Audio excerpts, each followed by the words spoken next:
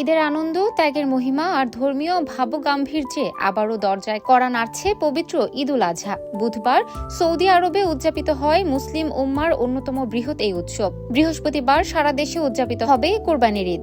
রাজধানী ঢাকা থেকে শুরু করে দেশের প্রত্যন্ত অঞ্চল পর্যন্ত চলছে শেষ মুহূর্তের প্রস্তুতি। বৃষ্টিস্নাত আবহাওয়া কিছুটা প্রতিকূলতা তৈরি করলেও উৎসবের আমেজে পড়েনি তার প্রভাব। ঈদ জামাতকে কেন্দ্র করে নেওয়া হয়েছে ব্যাপক নিরাপত্তা ব্যবস্থা, প্রস্তুত করা হয়েছে ঈদগাহ ও মসজিদগুলো।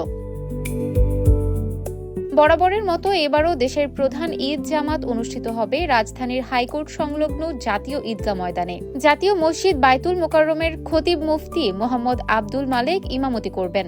ঢাকা দক্ষিণ সিটি কর্পোরেশন জানিয়েছে প্রায় ৩৫,০০০ মুসল্লির নামাজ আদায়ের ব্যবস্থা রাখা হয়েছে। আবহাওয়া প্রতিকূল হলে প্রধান জামাত অনুষ্ঠিত হবে বায়তুল মোকাররমে।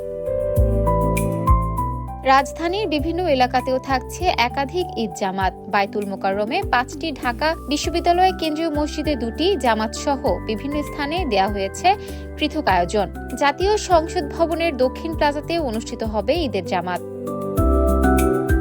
দেশের সবচেয়ে বড় ঈদ জামাতের ঐতিহ্য ধরে রেখেছে কিশোরগঞ্জের শোলাকিয়া মাঠ।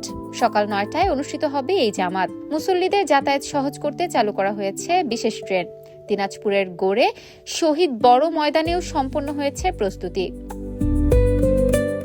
চট্টগ্রাম, রাজশাহী, খুলনা, বরিশাল, সিলেট, রংপুর ও ময়মনসিংহ সহ দেশের বিভাগীয় শহরগুলোতেও নির্ধারণ করা হয়েছে কেন্দ্রীয় জামাতের সময়সূচি। কোথাও ঈদগাহে, কোথাও মসজিদে চলবে নামাজ আদায়। ত্যাগ, সহমর্মিতা ও মানবতার বার্তা নিয়ে আসা পবিত্র ঈদুল আজহাকে ঘিরে এখন উৎসবমুখর পুরো দেশ। নিরাপদ, শান্তিপূর্ণ ও আনন্দঘন পরিবেশে ঈদ উদযাপনের অপেক্ষায় কোটি মানুষ। ইফফাত আর আইরিন, ক্যাম্পাস টাইমস।